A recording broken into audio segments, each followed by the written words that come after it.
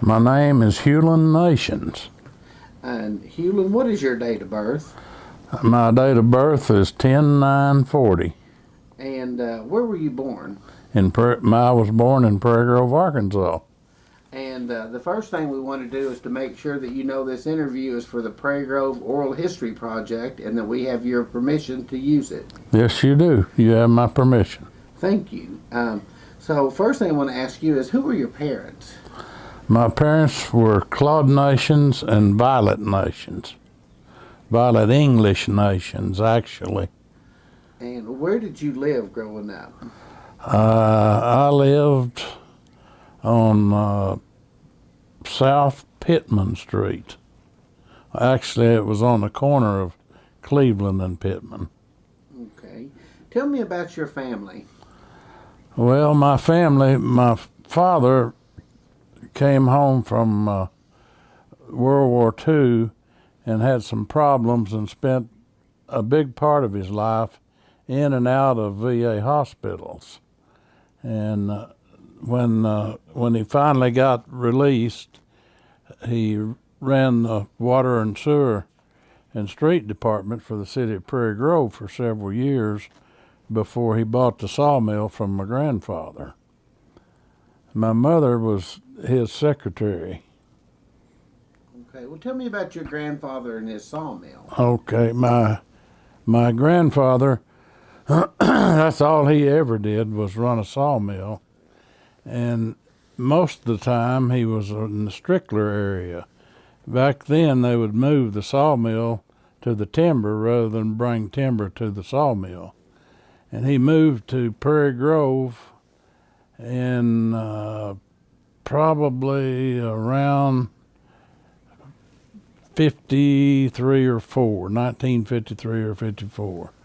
And he ran the mill here until the early 60s when his health failed him, and then my dad bought the sawmill from him. This was my mother's father. It wasn't my dad's father that was the sawmiller. Okay, and when did you take over the sawmill? I started in about 1965. Tell me what you would do at the mill and when you started working there. When I first started working at the mill, I was running a logging crew, and for 3 or 4 years or so, that's what I did, and Dad ran the sawmill. And then they talked him into coming back to the city, so I started running the sawmill and hired another crew to do the logging. When you say come back to the city? Well, when my dad bought the sawmill from my granddad, he quit managing the city stuff and ran the sawmill. And then after I had been there for a few years, why they were wanting him to come back to the water department anyway, and so he did. And then that's when I started running the sawmill. Later on, we started drying lumber and finishing it, and we'd bought another building, the old Keaton property, and he came back. He quit the city again, and he was running the dry lumber yard, and I was still running the sawmill. Okay. What other jobs did you work? Did you work any other jobs besides the sawmill? At one time, I worked for the telephone company for about a year, maybe a year and a half, between college. I went to the university for a while and then quit and laid out I was just going to lay out a semester, but I wound up a little over a year, and I was working for the Prairie Grove Telephone Company. Other than that, that's about the only real job I ever had besides the sawmill. Tell me about your siblings. Do you have any siblings? Yes, I do. I have a son and a daughter. my daughter is the oldest, and she teaches school here in Prairie Grove, has for 20 some odd years. You'll have to turn that off over there with that. Oh, I thought you was wanting to turn it. Sorry. And my son is an attorney, or was an attorney, here in Prairie Grove for about 15 years, and he was also the district judge. And then when they changed the judge deal around, he ran for office and got elected, and he's now full-time district judge. What about brothers and sisters? Did you have any brothers? I have one sister. She's 2 years younger than me. What was your family routines like at home when you were growing up?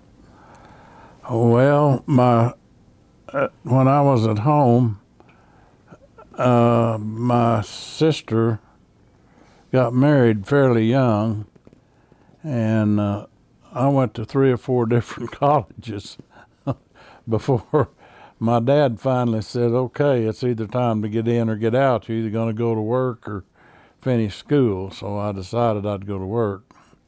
And then in the meantime, I met a girl in Fayetteville that I eventually married. Nancy Estes was her name.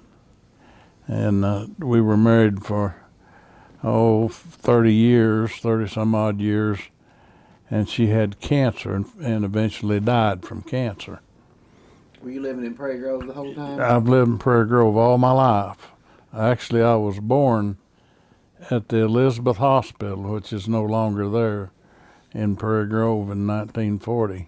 What was the Elizabeth Hospital like back in 1940? Well, the Elizabeth Hospital in 1940, of course, I don't remember, but they had, Dr. Manning came later. Dr. Rigall and his brother was there when I was born, and he was there until its final demise. And then Manning came, but it was just a fairly nice hospital. Probably, I'd say they had 10 beds, and they did surgery and the whole bit. I remember I had a broken leg playing football, and they reset it. And then William Giles, I said I didn't work for anybody else, but I worked for him after hours at school and on the weekend. And he got his arm in a silage cutter and cut his arm off below the elbow, and they did that kind of surgery. But they delivered a lot of babies.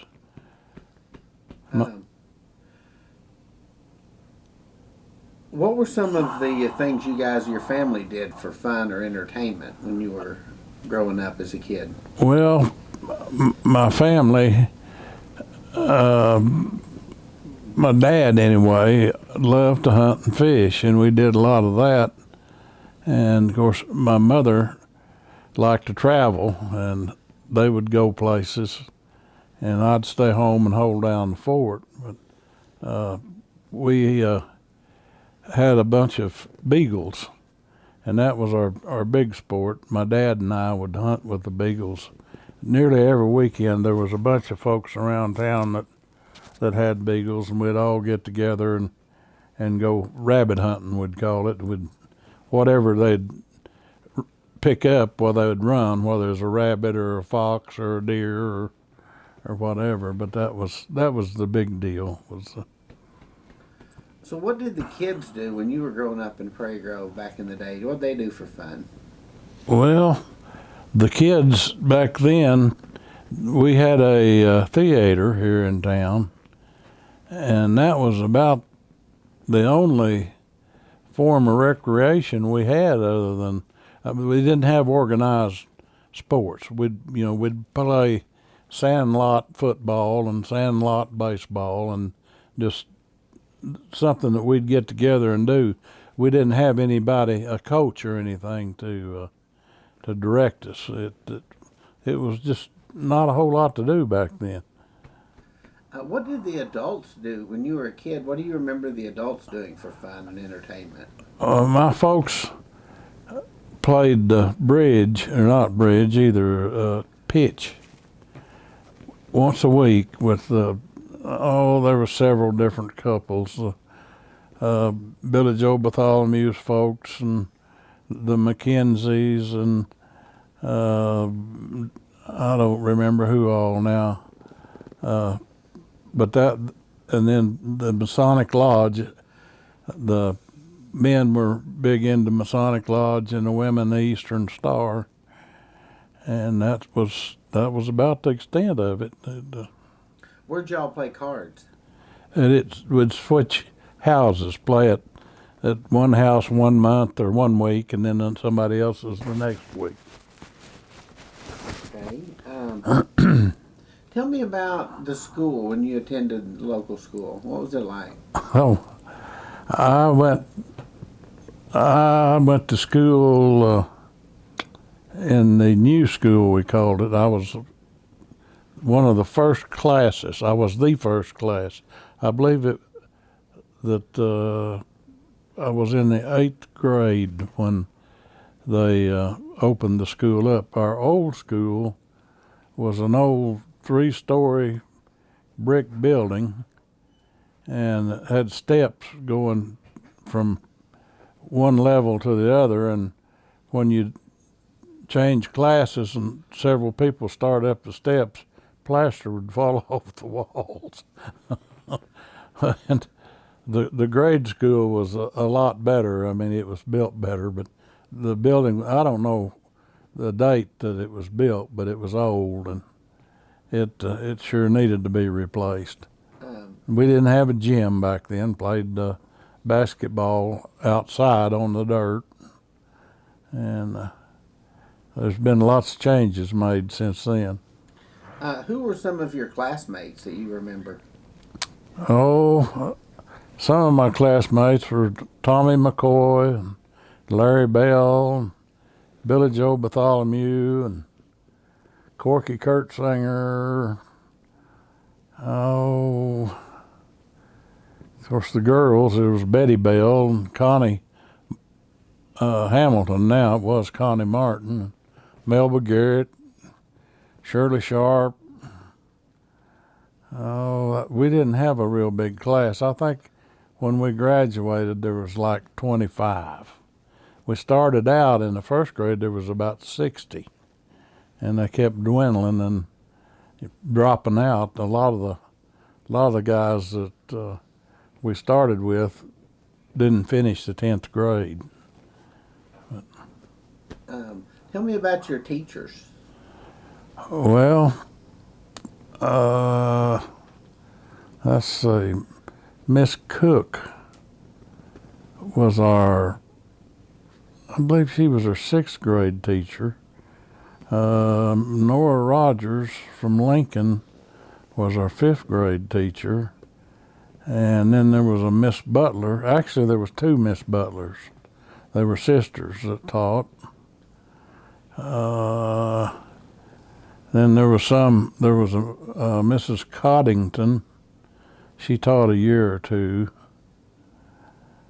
And then, of course, on up the way, when we moved to the new school, Martha Moore, she was from Lincoln. Mr. Cornwell was the superintendent. J.C. Dills was the coach. Oh, who all was it? Martha Weaver was a math teacher. Gosh, I've kind of forgotten who all was there. There was a fellow from over in Oklahoma. Oh, what was his name? He was quite a character, and he always had wanted to be a one-room school teacher from like the old days, and he eventually he resigned there at Prairie Grove and did that. Went over in Oklahoma to this school. And I don't know why I can't think of his name, but he would come by every so often and visit. He was just a super guy. What were the classes like? I mean, what was it like going to school back in those days? Well, of course, the classes were a lot bigger then than they are now. Most of our classes would have 40 people or more in them. And, of course, I don't know what happens nowadays, but we had some really good teachers for that era. I know our chemistry teacher, I got by college chemistry with a C, and they were still going over things that I had learned in high school. I mean, he really prepared us well for that. What are some of the earliest memories of the Prairie Grove downtown area and the things you guys would do in town that you have? Well, I remember going to the movie here in Prairie Grove, and then they had a Trades Day Association back then that always once a month would have drawings on Main Street. They had you'd get tickets for different things that you'd bought and put in a barrel, and they'd spin it around, draw them out, and people would win prizes. And then at Christmas time, they'd have a Santa Claus, which I played Santa Claus one year myself, and give out sacks of candy to kids and let them sit on your knee and tell you what they wanted for Christmas. And all the merchants would donate. Howard Fiddler was kind of in charge of that part of it, and they'd donate, and he'd buy the candy, and then they'd come in little sacks, and then there'd be an orange too, usually, plus a sack of candy that all the little kids would get. Well, let's talk about what it was like in those days to come to town. How often you would come to town if you lived out in the country, and what it was like. Well, of course, I just lived 2 blocks from Main Street, but my grandparents, my mom's parents, lived at Strickler, and that was a half-a-day job. It was dirt road all the way, and a lot of people back then still drove horses and wagons, and they'd park them behind the Southern Mercantile. I never will forget that. And it was just, very, very few paved roads around. It was all dirt, and coming to town was a big deal. That wasn't like now you run to the grocery store to get a stick of butter. I mean, you come to town, you shop for your groceries for a week or more anyway. What are some of the stores or businesses that you and others would go to in those days in town? Some of the stores that we'd go to we had 2 drug stores. Both of them had soda fountains, and the kids kind of hung out there. And then they had 2 dry goods stores where you'd buy your clothes, the Crescent and Neal's Dry Goods. And we'd all go to those. And then grocery stores, there was, I think, 3, Southern Mercantile and IGA, and there was another one south of town, Valines' grocery store. Had a little stockyard there too. People would go there, and it was a feed store that he bought hides and cream and eggs and whatever. That was Leighton McCoy's. Well, if you needed any feed, that's where you went to get feed for chickens or whatever. But that was probably we had Howard Fiddler's store. Oh, what was it? It wasn't True Value back then, but it was kind of a hardware store and had toys, and people spent a lot of time there. Well, let's talk about the sawmill. I mean, what kind of customers would come in, and who were your suppliers? I mean, what were your interactions with people back then in those days? Okay, the sawmill, when we first started, we ran on steam. Not many people would believe that, but we ran on. That's all my granddad ever used was steam. And matter of fact, I've still got one of the old steam engines. But we would buy logs from anybody that back then, of course, people logged with teams mostly. And, there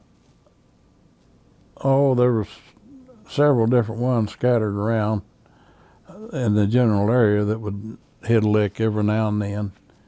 And we'd saw anything we could to make $1. Sawed some cross ties and some pallet lumber, and Fulbright Industries in Fayetteville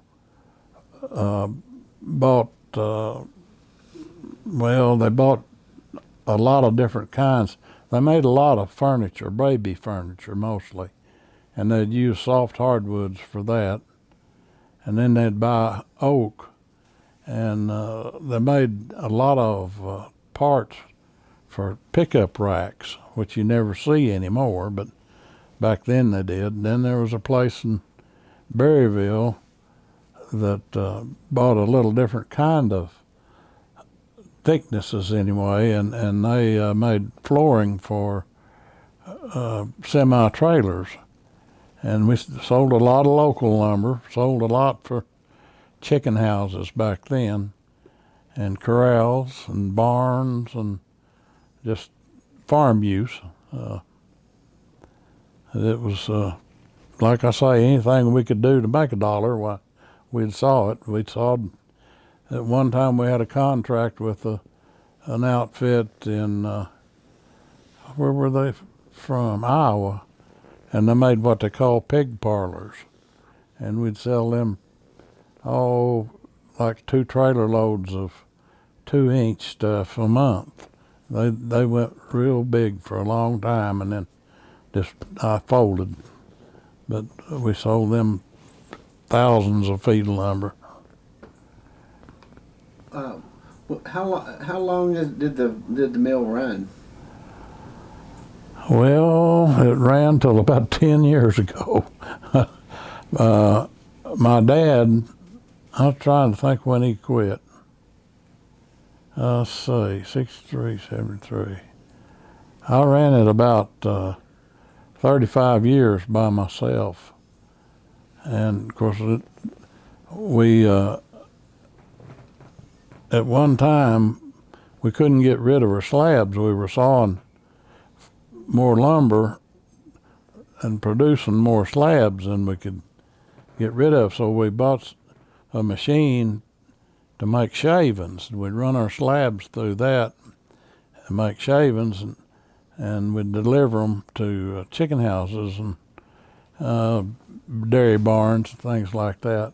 Eventually we wound up with 2 machines, and then finally, it kind of, gasoline went up to about 38 cents a gallon, and we decided that gas cost so much we couldn't make any money.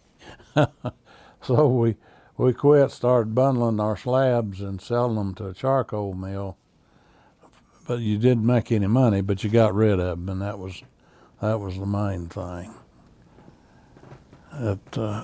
When we went to electricity's when we started making more lumber and more slabs. And then What year would that have been that you went to electricity? That would have been probably, let's see, it was in the late 60s.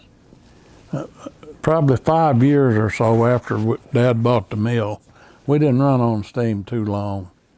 It was always a pain. It was something wrong all the time, you know. Old boiler, it's hot in the summertime.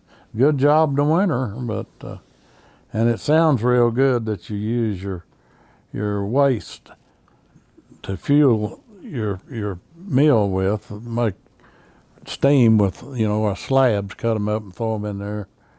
But every time you'd get to going real good, well, something would happen. Either the boiler would blow a tube, or bearing would go out on the steam engine, or we had 2 steam engines, one to run the big saw and one to run a cutoff. And it was just, I wouldn't take anything for my experience, but I'd shoot myself if I had to do it again. Tell me about some of the people you knew here in town and some of your associates and friends that you dealt with over the years. Well, of course, it was, you mean like that I ran with or sold lumber to? Or friends that you okay. associated with?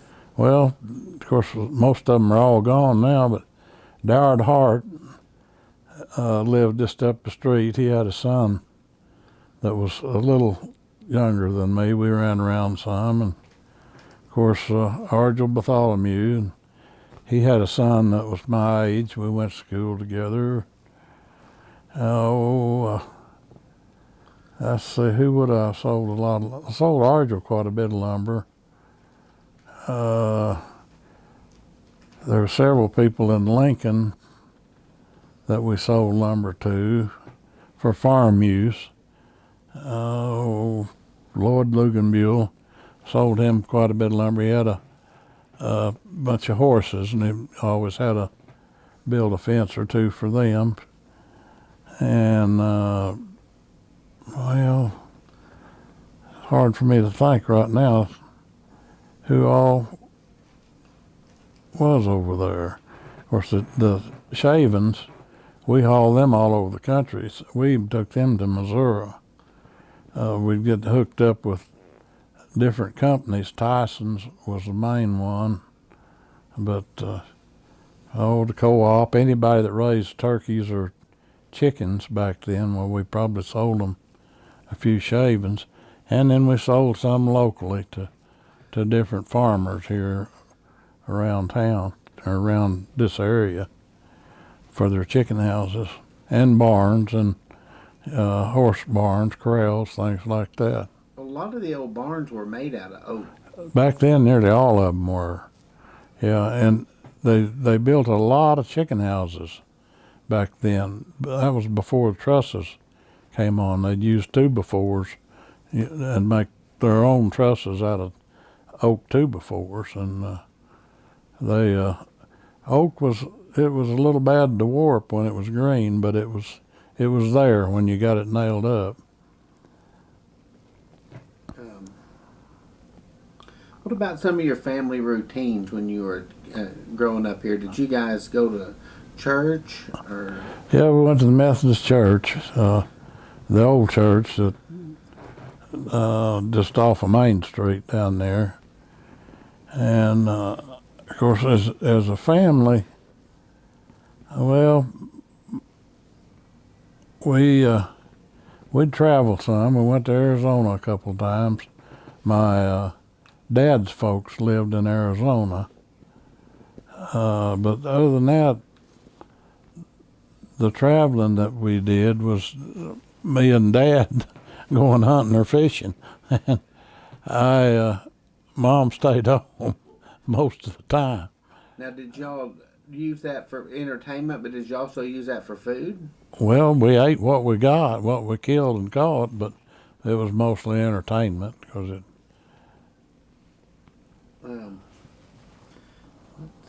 What about the Battlefield Park? How big was that a place where people went for social activity, and what was the Battlefield Park?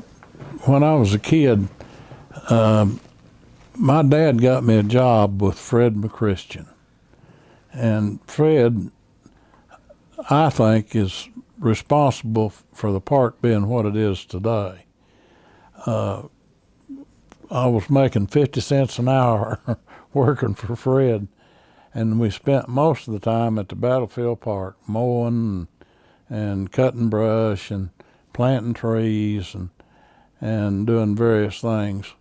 He was instrumental in, the pavilion was there, what I remember, but the tower that came from Ray's Mill, Fred did that, and 2 or 3 of the old log cabins, he did that. He had a fellow named Virgil Couch. I helped him some on the weekends, but Virgil Couch would tear those old buildings down and mark them, and then put them back exactly like they were. But Fred did all that on his own and paid for it out of his pocket. And he sure, I don't think, got the recognition that he deserved. Of course, he wasn't trying to get recognition. He just enjoyed doing that and wanted to see it prosper. But the first memory I had, when we'd go up there to the battlefield park around behind that pavilion, was whiskey bottles and beer cans, and that's where everybody went to just get drunk and that kind of thing. And of course, Fred cleaned all that up eventually, and he was responsible for starting it. Sure was. Yeah. What else can you think of about Prairie Grove that you could tell me that I haven't thought to ask? Well, Prairie Grove, of course, when I was a kid, there were about 1,000 people here, and it stayed that way for several years. It didn't grow much.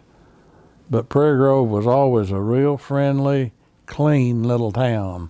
There wasn't a bunch of trash and junk piled around in people's yards, and I was real proud to say that I lived in Prairie Grove. Still am. It was just a good little town, you know. I enjoyed my childhood. Anything else you could say about Prairie Grove? Well, used to in Prairie Grove, I knew everybody. Now I hardly know anybody. Of course, it's so much bigger than the people. A lot of them that I grew up with and knew and did business with are gone. They've passed on, and we have a lot of new folks. But it's I think they're education minded, and I know my 2 granddaughters love it here, and both of them do well in school, and they have good teachers, and I'm just proud of my town. One other thing I want to ask you about in Prairie Grove, if you want to know what's going on, there's one place that all the old men like to go and hang out. Tell me about that. Where everybody would like to go, or where they do go hang out now, is the One Stop in Prairie Grove. Used to, it was the Colonial Courts, but the courts is not open anymore as a cafe. They still rent rooms and all, but the Frederick's One Stop that's the hangout. If you want to find out what's going on in Prairie Grove, the auto parts store is not a bad place either. But not nearly as many people hang out at the auto parts store as there is at Frederick's One Stop. What do y'all talk about in there? Oh, everything from who died to who got elected to who won a ball game to who caught a big fish or shot a big deer, or just normal run-of-the-mill gossip. You think that's what it was like way back in the day in Prairie Grove, where people would come to town and just visit like that? Yeah. Of course, back then. Now you see people every day. Back then, a lot of people didn't see each other maybe once a month. Masonic Lodge was a big deal. I don't know whether I said that or not, but that was a good way to see people. And there were several cafes back then where people would meet for lunch at some of the cafes that hadn't seen each other in quite a while. But it's altogether different now than it was back then. It was really something to see old Joe Blow. I hadn't seen you in a month. And now, well, I saw you yesterday.